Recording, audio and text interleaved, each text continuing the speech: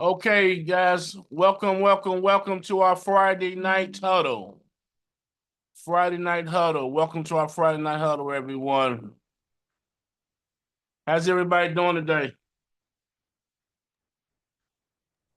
Doing Marvelous. good, Good, doing good, good. good. Fabulous since we're here now. Yes, I guess I guess every Friday. It seemed like I just saw you all on yesterday, and I guess I did. But I'm so glad that each and every one of you all decided to come on today. We short some people today, but that's okay because the information that we're going to get today, guys, is going to be some very valuable information that those that's not there today will probably regret that they didn't get a chance to hear from Benny. Okay.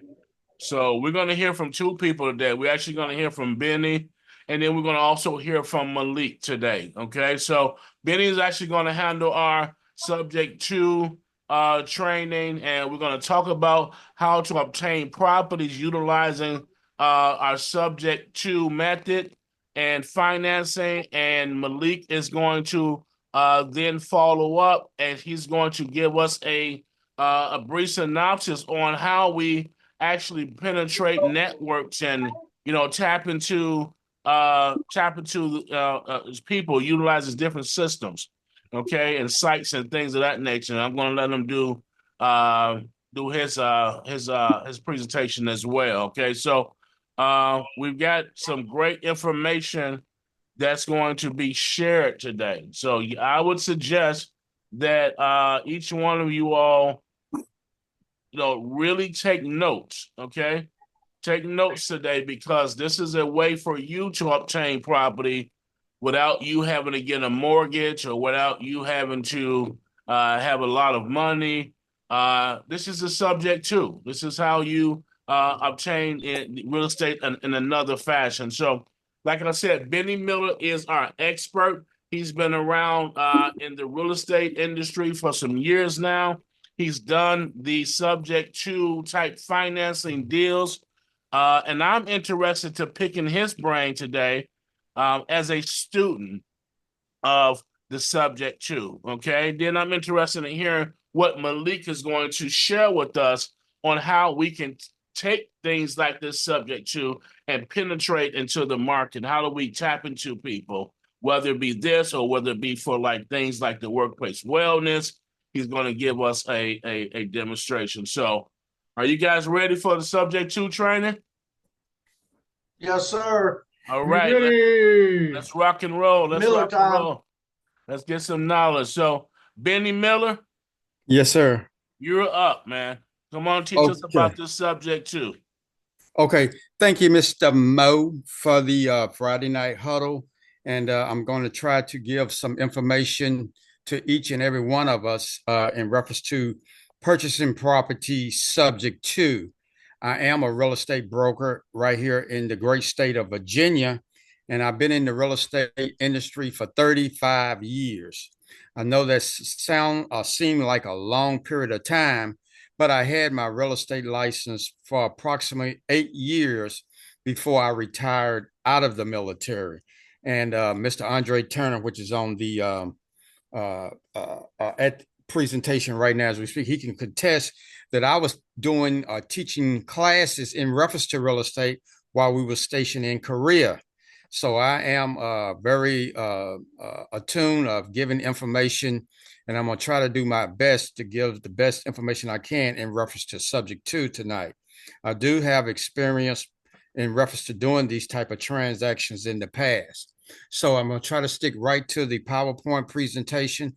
And if anyone has any questions, we will be able to answer those questions and give everybody the knowledge. And hopefully we can pick up some expertise as we go forward with this information. And we're going to start out by basically saying, what is subject to? What is subject to, and what is a proper definition of that? It is taking subject to means that the buyer takes over the seller's existing mortgage payments without officially assuming the loan. Again, That means that the buyer is going to take over the seller's existing mortgage payments without officially assuming the loan. So this is a question that's got to be asked. How do we do this type of transaction? This is a legal binding transaction, but I would tell you up on the front end, as we go through this process, there is pros and cons doing subject twos. Always remember there are pros and cons to doing subject twos, and we're going to talk about that. And it says right here, would you rather own a home outright with no mortgage or take over someone else's mortgage at a lower interest rate? Okay, based on our current times right now, many people have purchased a home with a low interest rate, 2%, 3%, 4% interest rates. Those are low interest rate compared to what the interest rate is at the present time.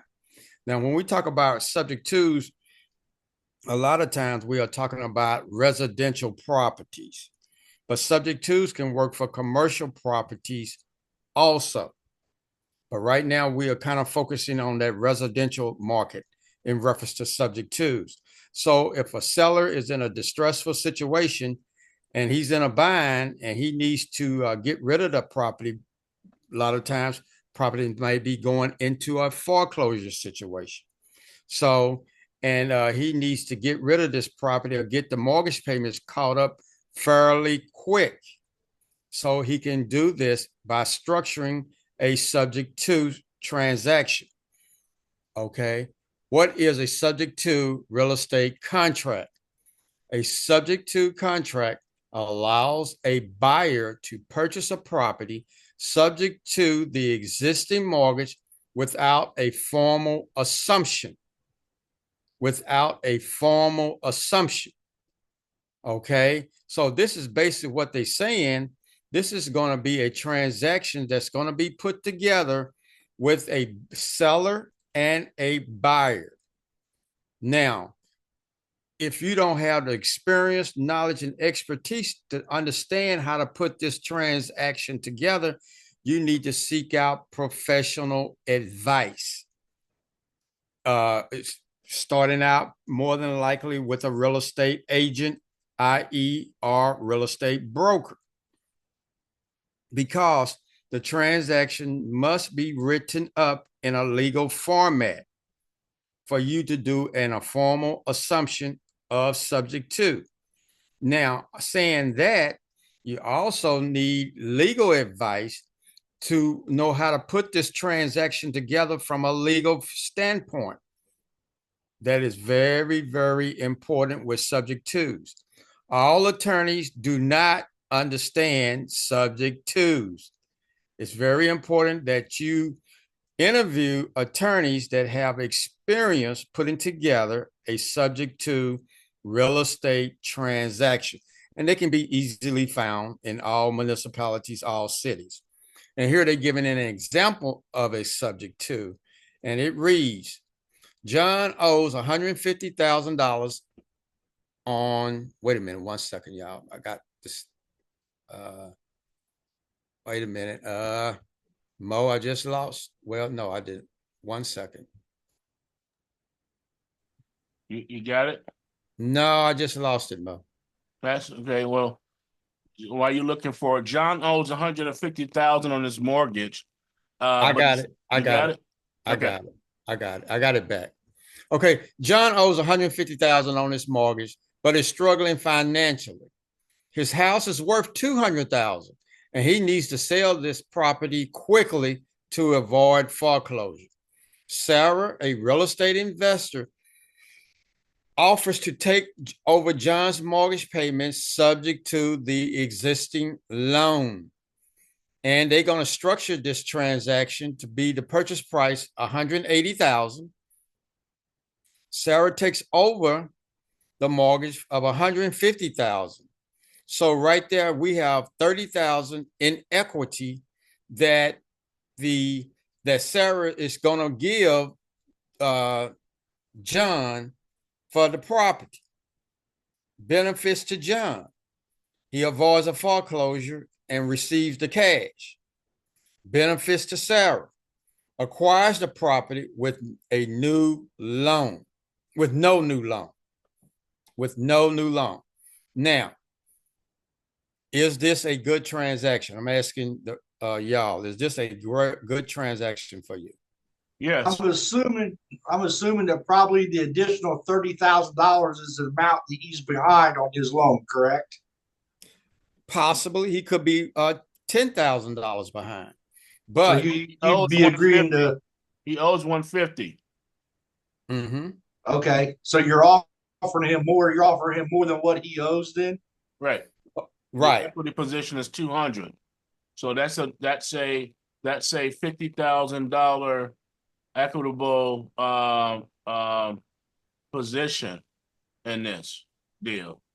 And we do one, Right. if we give up 30,000 to take over 150, we still have $20,000 markup. So I probably wouldn't do it if I'm going to flip that property, but maybe to take over that property to do a hold, I would say, okay, maybe not a bad deal. It's kind of tight though. Yeah. So what Mr. Mo is saying, as an investor, you have to go into this transaction. What is your overall goal? What are you trying to do? If you're trying to flip this property, it may not be a good idea because it might not be enough equity in that for you to make a profit on when you sell the property. But if you want to hold it for long term, that may be beneficial for you to do that and take advantage of tax write-offs. But all of this has to be put in a contract. You just can't say this, on a handshake. It has to be written in a formal contract, and you have to have an attorney that knows how to put this transaction together. Okay, now I'm going to ask the question. Okay, you see John has $30,000 in equity, and Sarah's going to give this to John. John is in a stressful situation facing a foreclosure. Do you go and just give John $30,000 in his hand? No. No. Absolutely no. John may take your $30,000 and go on down the road, don't care about the property or anything else. He has $30,000 that you just put in his hand. So that's why I'm saying you have to probably have a earnest money deposit, $500 or $1,000, having an attorney to hold the remaining money in an escrow account until you do a proper closing. After you do the proper closing, who is going to present the money to the mortgage company to keep it out of foreclosure? There.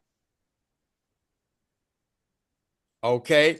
Again, this is when you're going to have somebody, yourself, the investor, or the attorney, to get with the buyer, with the seller's mortgage company, and make sure that you are able to bring this mortgage current before it goes into foreclosure.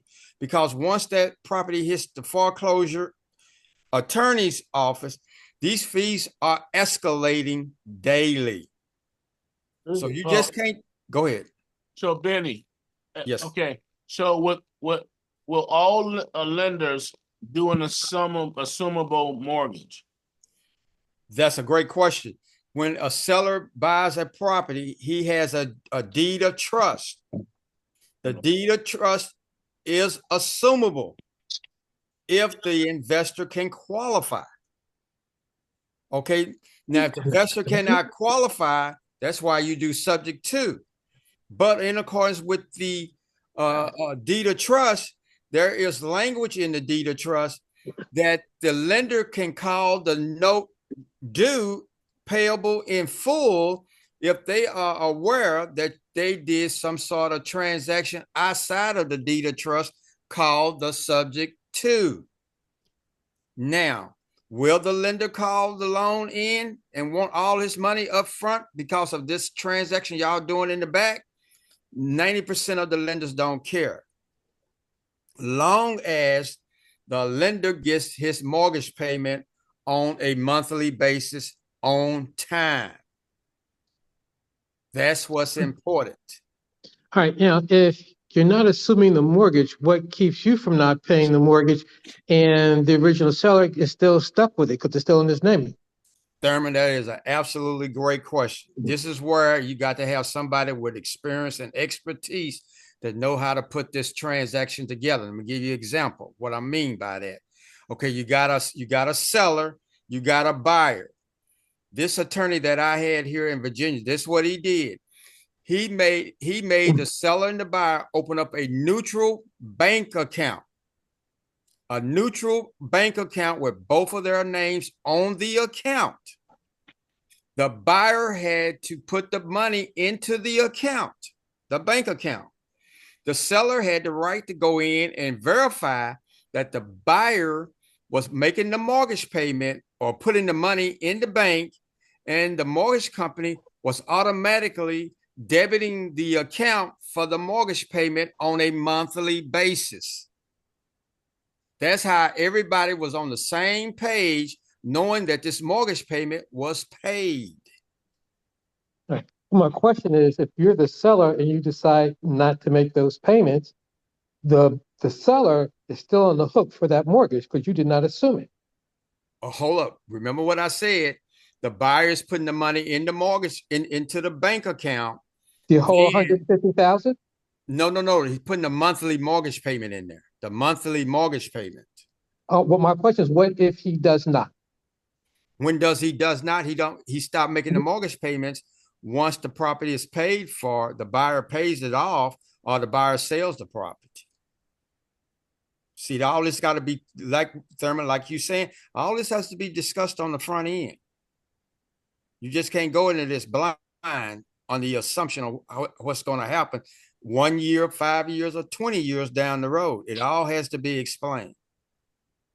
So that's what I'm saying. If the buyer's going to make monthly mortgage payments, that's why they have that neutral mortgage account. The buyer's putting the money in there. The seller, it can check to make sure that it's being paid.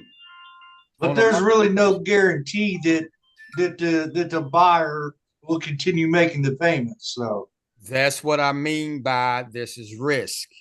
Now we're catching on. Because, and I'm gonna get to this, but say that the seller goes out and file bankruptcy. You got this property subject to. Now this property may be tied up in a bankruptcy situation.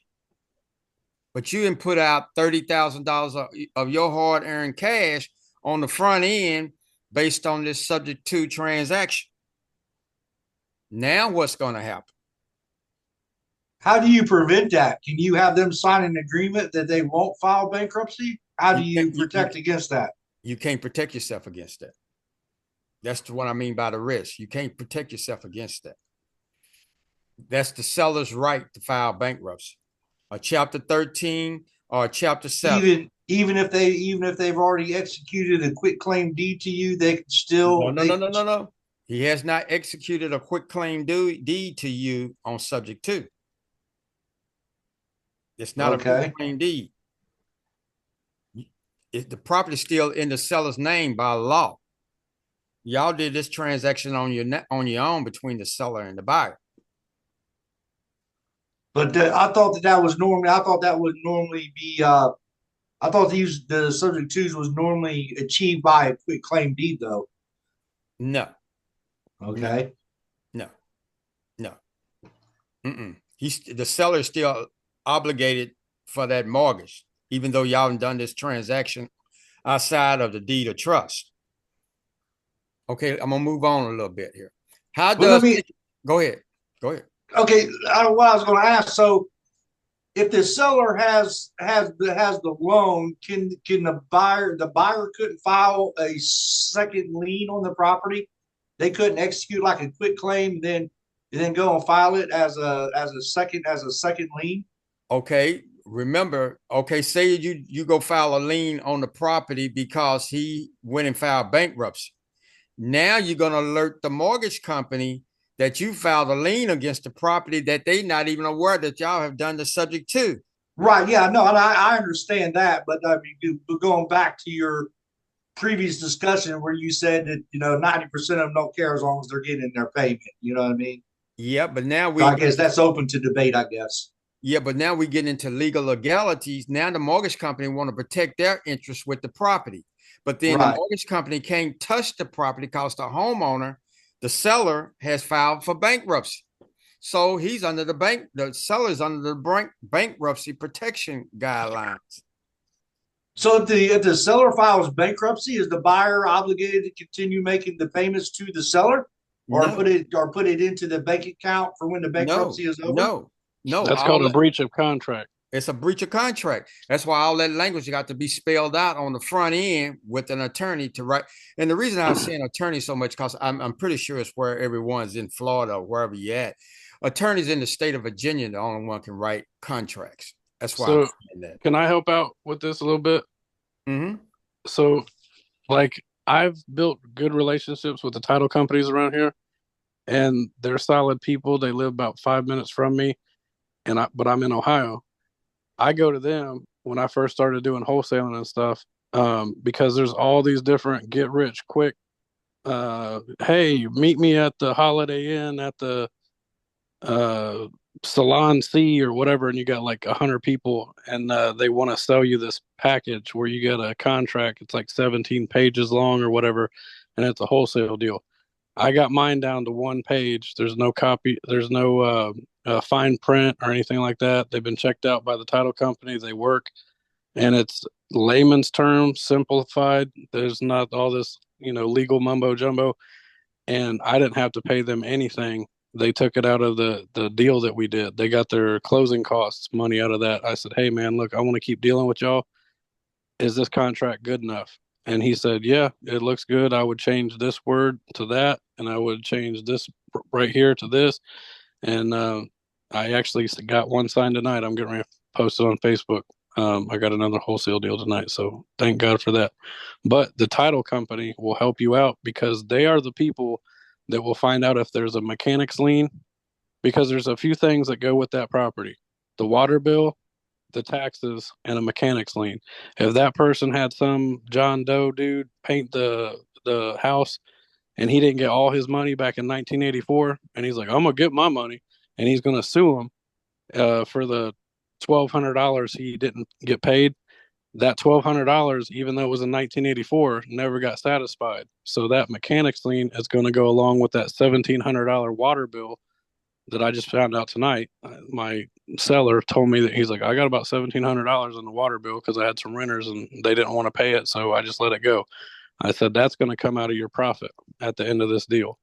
And he's like, well, it is what it is. I said, what about your taxes? Are your taxes good? Because they're going to find that out too. The title company will find out if there's a mortgage on it, how much the payoff is, and they'll set all that stuff up at that closing table when you go to sign everything. It's all going to come out. Jake, was your deal a subject to deal, or was that just Dave? a contract? You've asked me too many questions, bro.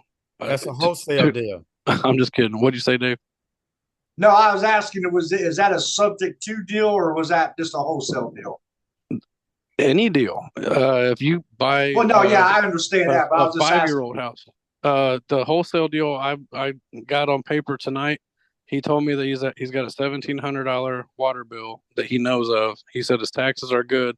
He said that he doesn't think there's any mechanics liens on the house. I said, well, we'll find out in the title company, but I'm going to try to get you as much money as possible.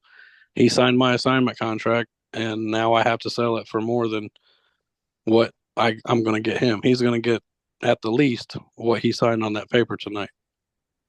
Okay. All right, let's move on. How does taking subject to an existing mortgage work? Number one, seller's mortgage remains in place, which is true. Number two, buyers make payments directly on the seller's mortgage. That's what we were just discussing. Number three, seller transfer property ownership to the buyer.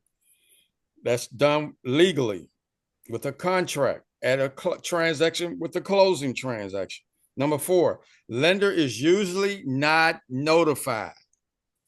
You don't want to notify the lender because in the deed of trust, it said they can call the loan due and payable in full if you do one of these type of transactions. Okay. Next slide. Next slide. That is the next slide. Oh, I'm sorry, man. My eye. I'm sorry. Advantage for buyers. What are the advantage for a buyer? No need for a new mortgage approval, which is true.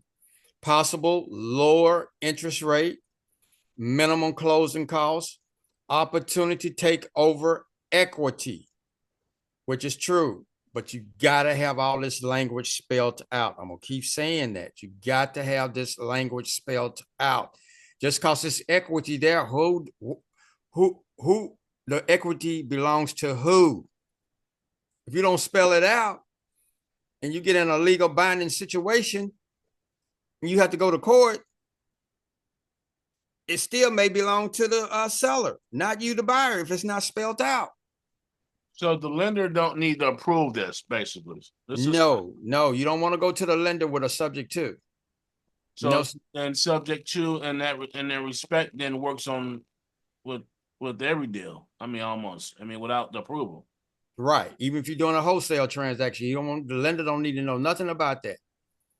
Got it. Okay. Advantages for the seller. What are the advantages for the seller? Avoid foreclosure. Avoid a distressful situation. It's a many stressful situations sellers may be in. Sell quickly, even with a mortgage. Selling the property quickly, even with a mortgage. Item 3, paid. Relief from financial obligations. The seller may be able to avoid any financial obligations going forward with that property. Okay, next slide. Potential risks for buyers and sellers. Here we go. Here are some of the potential risks. The mortgage stays in the seller's name. Okay, so right there it says the mortgage stays in the seller name. Possible due on sale clause. Lender can demand full payment. We just discussed that. Lack of title insurance if not handled correctly. Whoa, that's a huge one. Title insurance. If you don't have title insurance, protect your interest in this property as a buyer. And we have, like I just said, we have mechanic liens pop up on this property and you are not protected with your contract, that liability may fall back on you. So how would a buyer obtain title insurance on a property like that without the lender finding out? Can we go to an insurance company and buy title insurance? No, your attorneys and your title companies, they the one who sell title insurance. It's usually about $300 for title insurance. Not your lender. That's handled at the local level.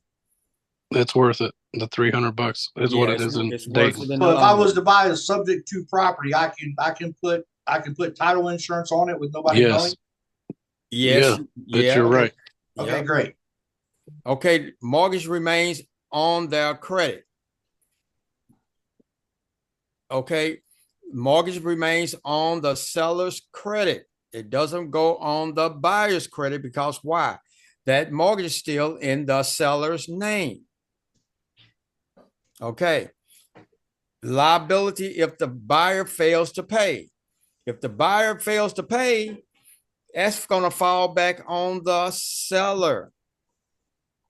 And if that falls back on the seller, we still may be going towards a foreclosure. Does the seller have any recourse against the buyer, such as a breach of contract if they stop paying?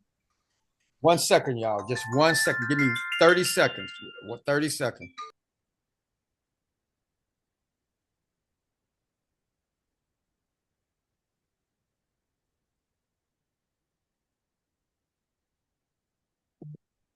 I'm sorry for that. Okay, it's a case study in reference to subject twos. Seller situation. Michael is facing a financial difficulties and owes $120,000 on his mortgage. The property is worth $150,000, but he needs to sell quickly to avoid foreclosure. He can't afford the closing costs or wait for a traditional sale. Buyer's opportunity. Rebecca, a real estate investor, sees potential in the property. She offers to take over Michael's existing mortgage payments through a subject to deal without requiring him to pay off the loan. Deal breakdown. Purchase price, $140,000. Mortgage, Rebecca takes over the $120,000 mortgage balance. Equity payment, Rebecca pays Michael $25,000 to cover his equity. Results, Michael avoids foreclosure and walks away with $25,000 in cash. Rebecca acquires the property with minimum upfront costs and can either rent it out or sell it for a profit in the future. Win-win outcome. That's a win-win outcome. He owes $120,000 on the property. It's worth $150,000. So that's $30,000. That's $30,000 in equity. But she's going to purchase the property for $145,000. So that leaves what? $20,000 equity payments of $25,000. But it don't say how much he was behind on his mortgage. That's what I was. So saying he walks away with $25,000. But to me, with that $25,000, whatever he's behind, he's going to have to put that towards that whatever he's in the rearage on. Okay, got it. So that was actually my next question. In the foreclosure situation, if you're going to offer them $25,000 or $30,000, in this case, we have to figure out first what the rearage is, and then the money would then be allocated toward the rearage. Correct? That's correct. Now, you got to have, well, I'll just put it this, you got to have experience when you call if it's getting that close to a foreclosure, it's already in the seller's, or it's already in the mortgage company that the seller has attorney's hand. You have to call the seller's, or you got to call the seller's mortgage company attorney to find out how much is it going to be to bring that current.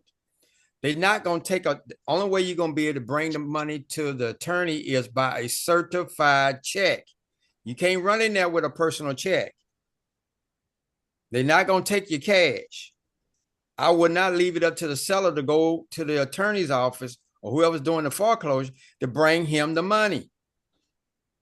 I will have my attorney talk to the seller's mortgage company to get them that money. Because if you give that money to that seller and he's already in a financial situation, who say that he's gonna bring that mortgage current? You see what I'm saying? Exactly. You can't, we want to trust him, but we don't have that kind of relationship. Okay. The best way to predict your future is to create it. That's by Abraham Lincoln. Do we have any questions? Any questions? I know they were fast and to the point. Now, these subject twos can work. They can be a short-term subject to, or it can be a long-term transaction. It all depends. It just all depends on the situation. And you want the situation to be a win-win situation, y'all. So if you do that, I think you will be okay going forward with a subject to. And if you don't have any questions, that's all I have to say in reference to subject twos. Yeah, let me ask you a question, Benny. Yes, sir. Okay. So in the event that the buyer doesn't continue to pay, does the seller have recourse against the buyer for such as breach of contract? Yes, he probably do. Yes. Okay. And then at the same time, if the buyer gets screwed by the seller who files a bankruptcy, that would also be actionable under breach of contract. Is that right?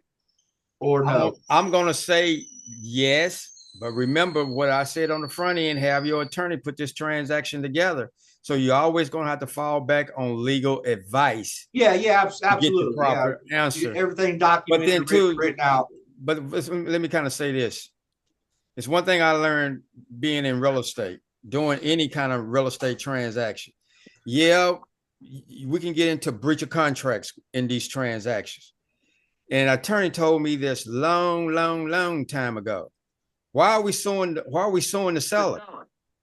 If the seller don't have no money, why are you spending money to chase a seller that don't Well, have if you nobody? if you've done got $30,000 invested in this guy, and 6 months later he decides to file bankruptcy to keep his house because he come into some money or his circumstances changed, Yeah. and he's going to continue to keep the house for himself versus let it go to foreclosure, then you're out 30,000. Well, obviously you want to try to get your money back. Yeah, I understand that. I see your point of view, and that's why you always got to have a good attorney that you work with. And I know Jake saying he got a title company that he works with. So I'm saying the same thing. You got to have a title company or an attorney that you like that understands these transactions and the pitfalls that can be associated with them. That's all I'm saying. Right, Yeah, I would right. always suggest an attorney. However, the title company, they're not attorneys. They'll tell you that too. But I've already had that talk with the guy that taught me how to wholesale. He is the one that paid for the attorney. I got his contracts and altered them a little bit because he was dealing with different people that did have mortgages on the properties. A lot of the wholesale deals I do, they're free and clear. A lot of them come from an inheritance that somebody got stuck with the house, and it's kind of a burden. A lot of them are in hoarder situations and stuff like that, and they call me because no realtor will touch it to list it because it's needs a lot of work and stuff. So basically, the buyer has to do their own due diligence with the assistance of their attorney or their other professional before getting into this type of situation. Not That's correct. necessarily. The title company is going to look at all the stuff that they may not know. The seller may not Yeah, know. right. But it's the buyer's responsibility to do that, or to have the title company do that, or the attorney or whatever, because you can't rely on what the seller tells you. If you go to an attorney to have them look all this stuff up, they'll probably do it and they'll charge you a lot of money. Oh yeah, for sure. The title company is going to do it regardless. When the contract is fully executed by the owner of the property, like tonight, I'm going to email Bruce over at PC Title on Wilmington Pike. He's going to have the assignment contract between me and the property owner right now. And then now I'm actually typing it up while I was listening to y'all talk. I'm putting it out on Facebook. I've already got interested parties. I'm just going to put it out there. They can holler at me about going to go see it and stuff like that. Then I'm going to have a contract with them on whoever's going to be the buyer. And then I'm going to take that contract, send it to the title company. Now the title company has both contracts. Now they're going to do their homework. They're going to find out if there's any liens, if there's any water bills, if there's any mortgages, if there's any mechanics, any of that stuff. Yeah, gotcha. Yep. Thanks, Jake. No problem. Anytime. All right, Mr. Mo. That's it for me. All right, good job. That was very informative. I think that and I know I did. I learned a lot from you, Benny. I appreciate that. Subject 2 is something I definitely have always been kind of interested in. Especially I heard about it a couple of years ago, and I really didn't understand how to actually facilitate that. But after the training tonight, I got a really good grasp on how to do that. So thanks a lot. I really appreciate that. And so we're going to bring in Malik. Malik, are you there? Yes, I'm here. Can you hear me, guys? Yep, Malik is here. So Malik, we're learning about the subject too, and we're learning about a lot of different things such as the workplace wellness and things of that nature. And one of the things that you've been successful in is knowing how to penetrate networks and getting into circles that will be beneficial to you. Okay, so what I want you to do is to go ahead and give us a brief synopsis on how do we do that? How do we break into different industries? I mean, different networks and things of that nature. Is that what you're talking about tonight? Correct? Yes. Thanks a lot, Mo, for giving me an opportunity to share with the team how we get started. Once we come into the business and we focus on one side of the business, whether it's the finance, the funding side of the business, or whether we focus on the wellness, or whether we focus on both of them. One of the questions or stumbling blocks that we really run into day one when we step out our door is, how do I get rolling, right? Yep. We here to make money. We here to find business, and we want to use the path of least resistance to do that. So I'm a master networker. I have a long history with networking organizations, be they the chambers of commerce, local networking groups. But it's one I want to show you and focus on tonight. As you can see up on the screen, is the wellness program. I just want to focus here. I moved to a new town about a month ago, and I moved up here, my whole mindset was when I looked out my door, was how I'm going to take over this town from stoplight to stoplight. So I looked for networking groups, and I want to share one that I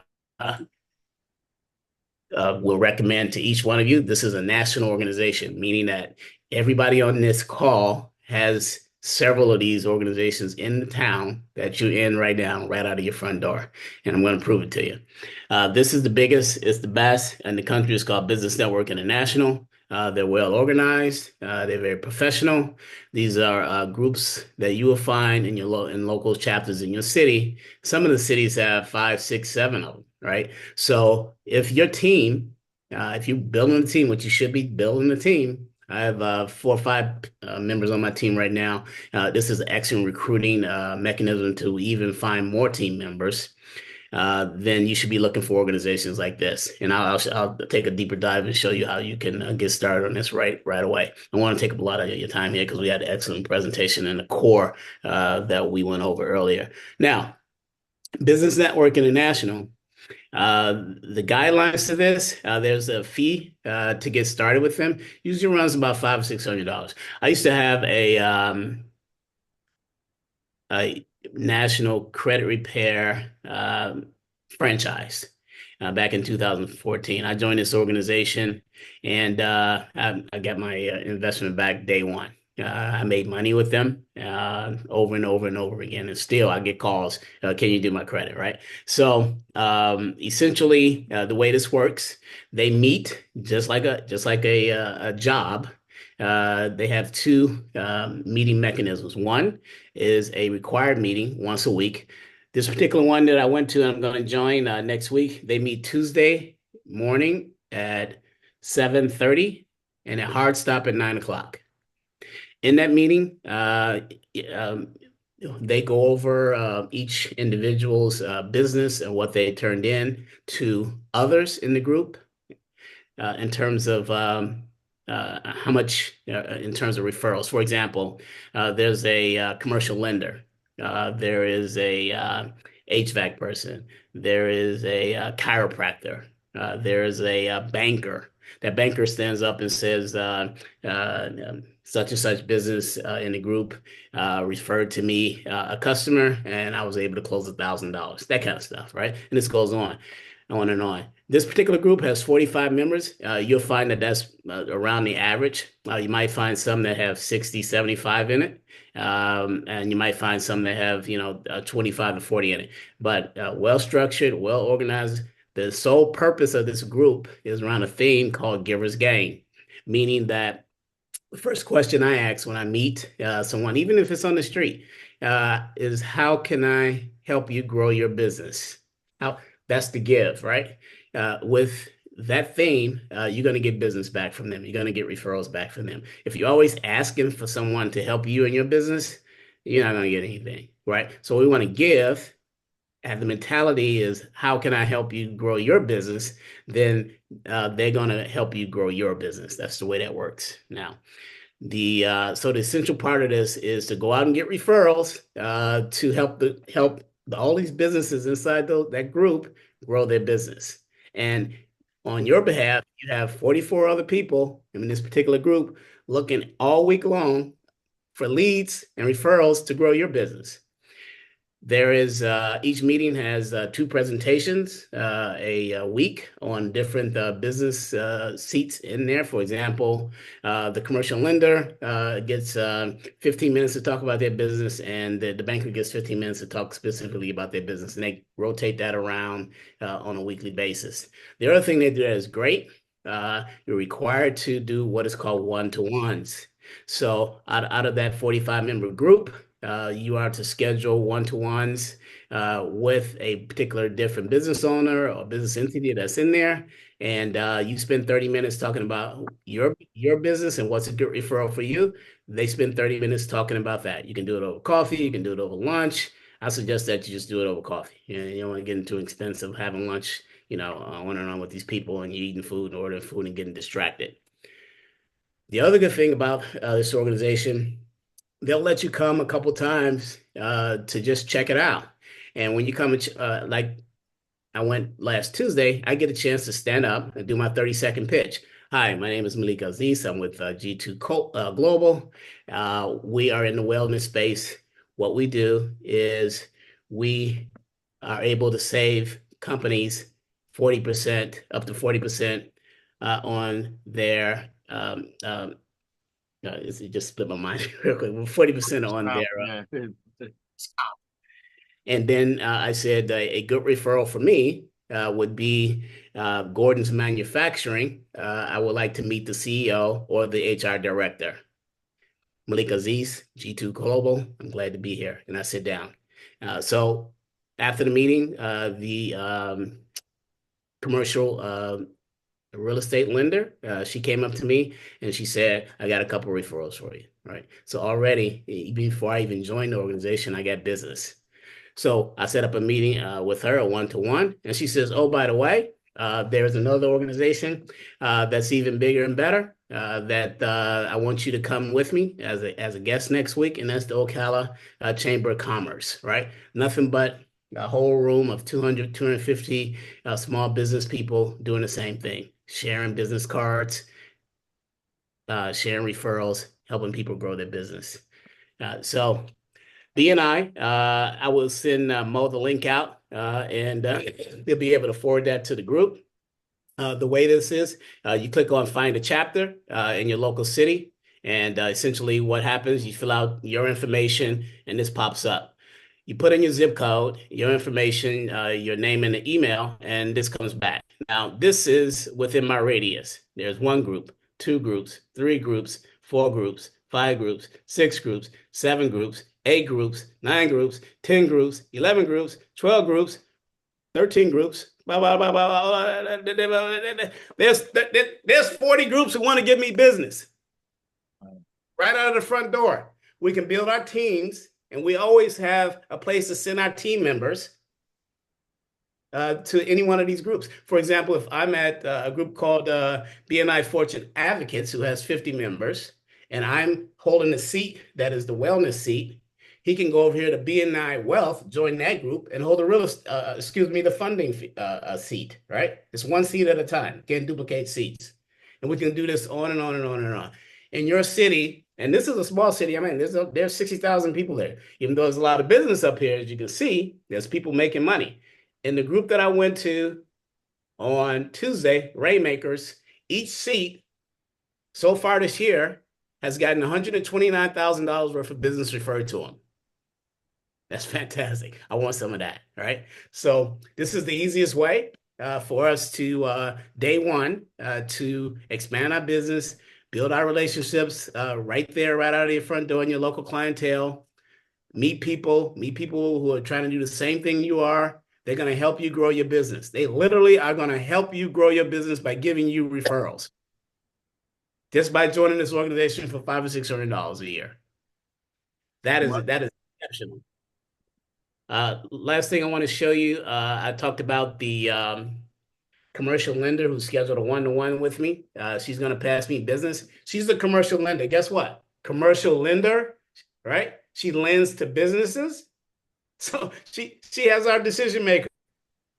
She has access to our decision maker. She has a relationship with our decision maker, and she's going to do a warm introduction with her entire Rolodex, which she would get credit for inside the group. This is where they shine at. So she'll pass me business on and on and on and on. And she'll do those introductions personally. She'll let that business owner know what I do, because I've educated her in a one-on-one for 30 minutes, what we're doing. She's going to sell for me. And by the time I meet that guy, he's going to welcome me. And what we give it here in the wellness package is free. This will put us in an order-taking situation. You will be in high demand. You'll be put and pulled all over town, uh, trying to get meetings so you can write business. This is that situation. Anyway, I did refer to it. I want to show you this last thing before I close out, and I'll answer any questions that you might have. I mentioned that the commercial lender, said, I want to take you to the Ocala Chamber of Commerce meeting. They got a full calendar every Wednesday. This is where over 200 people will be starting your own new business. Somebody will do a short presentation, and then they'll start changing cards and, shaking hands, talking about what you do, what they do. And a lot of times they're going to be, especially in the larger chamber in the city, you're going to have the owner or the CEO of Gordon Manufacturers going to be there. I'll get a chance to shake his hand personally and tell him what I do. And the only reason why he's there is to grow his business and meet other business people and partners. That's why I'm there. It's an easy place to go for us to, day one, if we don't know what to do, we know the product is great. We know our funding piece is fantastic. How do we find our customers? BNI, Chamber of Commerce is easy way to do it. Let's get started. And again, I'll answer any questions that you guys might have. Excellent, excellent. Man, this is awesome. So just real briefly, so this organization allows you to do a presentation live. Is it live or virtual? This is live, correct? Live, it's a live in-person presentation each week. Again, particular group that I went to and I'm going to join next week has 45 members. They rotate 2 members each meeting to do a presentation about their business. And then, of course, what kind of referral is good for them. The other thing they do, and I left this out, at the close of the meeting, everybody on the table goes around and talks about how much business they referred to their teammates or members in there. And they also have a 30-second set where they talk about their business and what they're looking for this week. For example, I would stand up and say, hi, I'm Malik Aziz with G2 Global. I'm looking for an introduction to the HR director at XYZ company. And that's it. And you sit down, and that's where that goes, right? Is what you're looking for that week, right? I stood up and said, in addition to that, when they came back around, they gave me an opportunity to do another pitch because, again, this is giver's gain. I said, I just moved to this town. I'm looking for a housekeeper. I'm looking for a patio screener, right? I'm looking for a paver. And I am looking for a home designer, right? So I was looking for 4 things that I'm giving that audience. So 2 people came up to me and I said, and I said, I'm looking for an acupuncturist. So 2 people came up to me afterwards. I said, I got the acupuncturist, I got this, I got. So I've given them business that they can refer to, right? So this is what this is, the culture is all about. Again, easy way to get started. Once you get a hold of these 2 great products that we have, the funding side and the wellness side, what do I do now? How do I find my customers? How do I talk to them? Just go join these groups and you'll be able to sharpen up on your presentation skills. This is all about presenting. Quick, 30-second elevator pitch. What do I need? Let's do it. You got the one-on-ones. You got 5 meetings a week. You can do 6 or 7 meetings a week if you like. The more you do, the more business you're going to get. Right. Kaya asked a question: did they reduce the cost? She was under the assumption they were around $1,200 a year. Is that accurate? Each group has a different cost. So and again, the last time that I joined, I was with BNI and West Chase in Tampa. I was the vice president of the organization, and we had about 50 members. In 2014 to 2019, the cost was right around $500 or $600. So it might vary, but even if it's $1,200, you're going to make your money back very quick. It's an investment, but look what is going to work for you. Malik. Yes. Bennie Miller, I got 2 questions for you right quick. BNI. Now you're a commercial lending broker, and you're saying you do wellness. Is there anybody else in your group doing the same profession that you are doing, or just one one of a kind profession in each group. That's what I'm really trying to figure out. Profession in each group, one of a kind profession in each group. For example, if there is a banker in there, you're not going to find two banks in there, right? Because they're looking Okay. for the customer. I'm not a commercial lender, right? But this group has a commercial lender.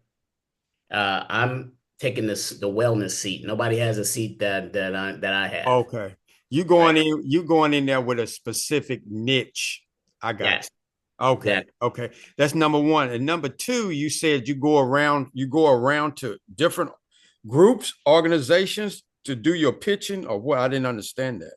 Inside of each group, for example, this particular group has 45 members, the Rainmakers, Okay. right?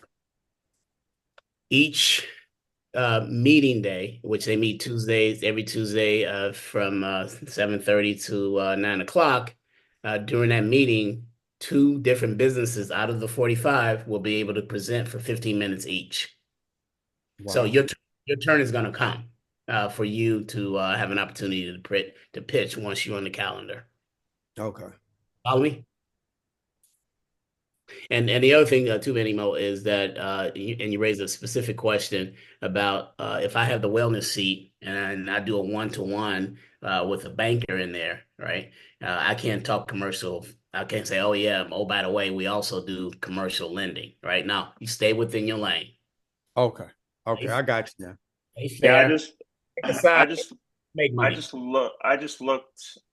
So in my area, I'm in Southern California. It's like $950 for a year to join. If I lived in Seattle, I looked up there, it's like $1,400. I can get 2 years down here for what they get for a year.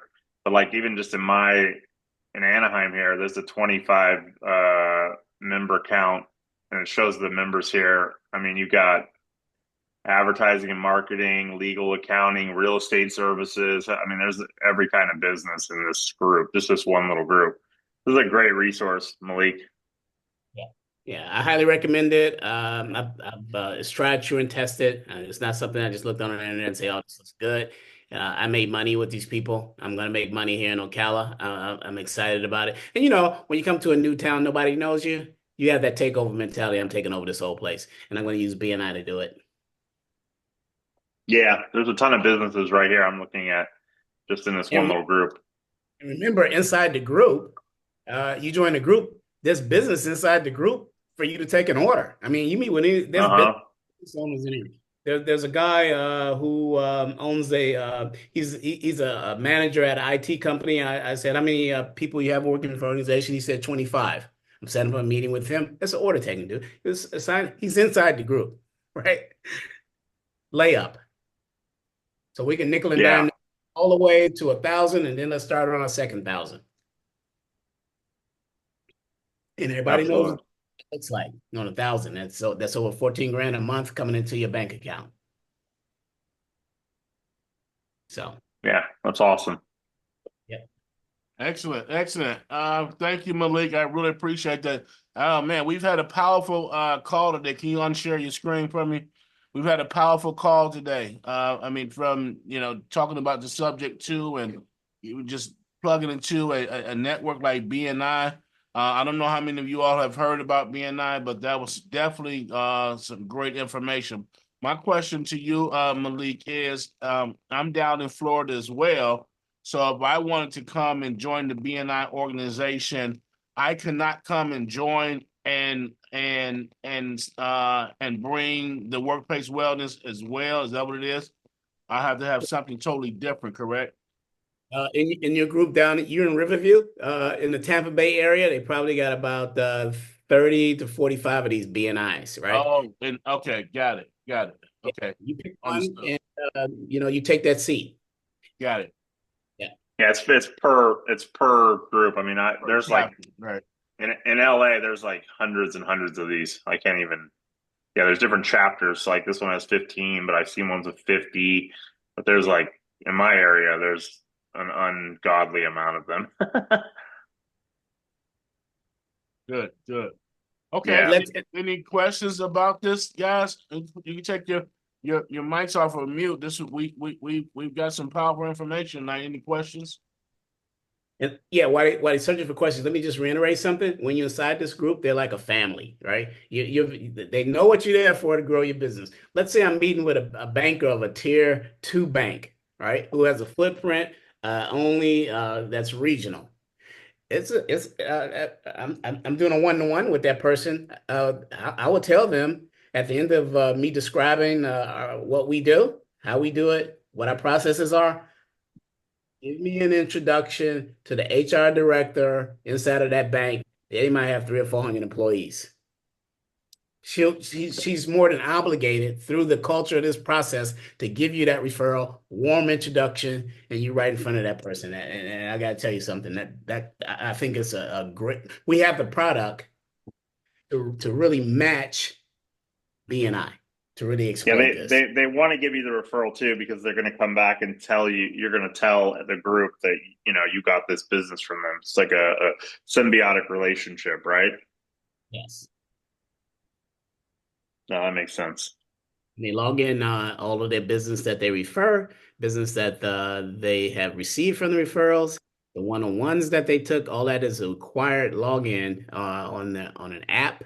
It's displayed and graphed during the meetings by the VP and the entire committee. This is a well-run networking concept. Awesome. All right.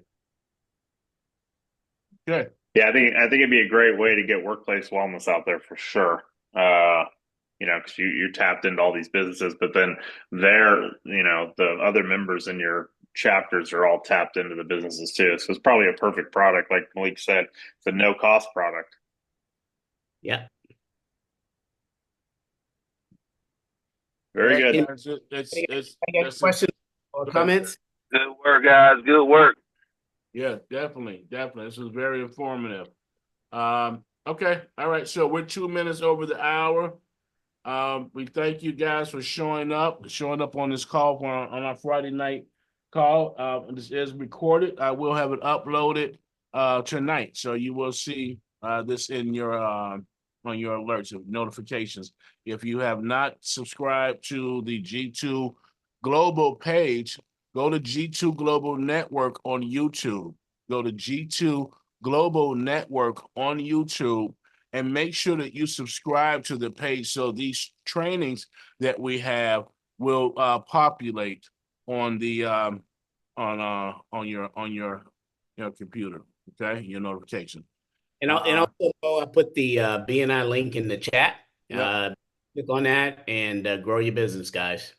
Oh yeah, and one thing I'm looking on here, you can form your own chapter too. So you can have your own chapter as well. Malik, you said you were VP of one? Yeah, I was the VP of the West Chase Tampa chapter, very successful Tampa chapter, and we killing it. It's the membership every year. How much is the membership every year? It varies depending on the location. I've seen anywhere from 400 to 1,300 a year, depending. Because Atlanta, I know that's probably like a big chapter. Well, Atlanta probably has maybe 30 of these groups in Atlanta. I would suggest just find one that's local, closer to you, that's popping. You get a chance to go visit as many as you want. Yeah, go visit 10 of these chapters over the next 10 weeks, and you're gonna get some leads. You're gonna get. I got 2 leads by visiting. Yeah, no, Atlanta's $895 a year. $895. It's worth it. And it's free to visit. Yeah. Just go for a visit and see what you think. But I would recommend just sitting in it, see the flow, see if it fits. You're gonna see some very friendly people whose sole purpose there is to help you grow your business. I see this Bennie Miller again. I see one BMI Rainmakers. They only have 13 members in the group, so that's a lot of room to grow and expand. Yeah. It's not that far from me, neither. Good thing too, guys. Remember, what we have is a network as well, the G2 Global Network. So it's a good thing that if many of us go and start joining the BNI and let them know I'm from the G2 Global Network, it also empowers what we're doing as well. So I like the symbiotic relationship. Yep.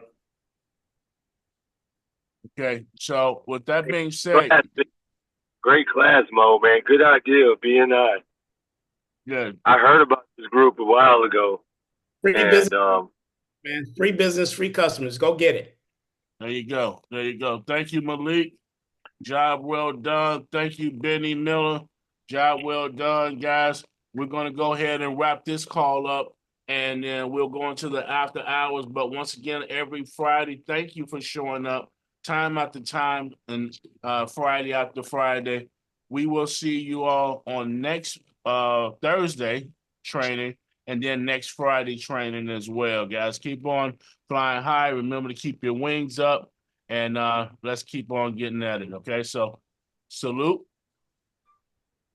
See you guys next time. Let's go to the after hours, guys. Peace. Peace.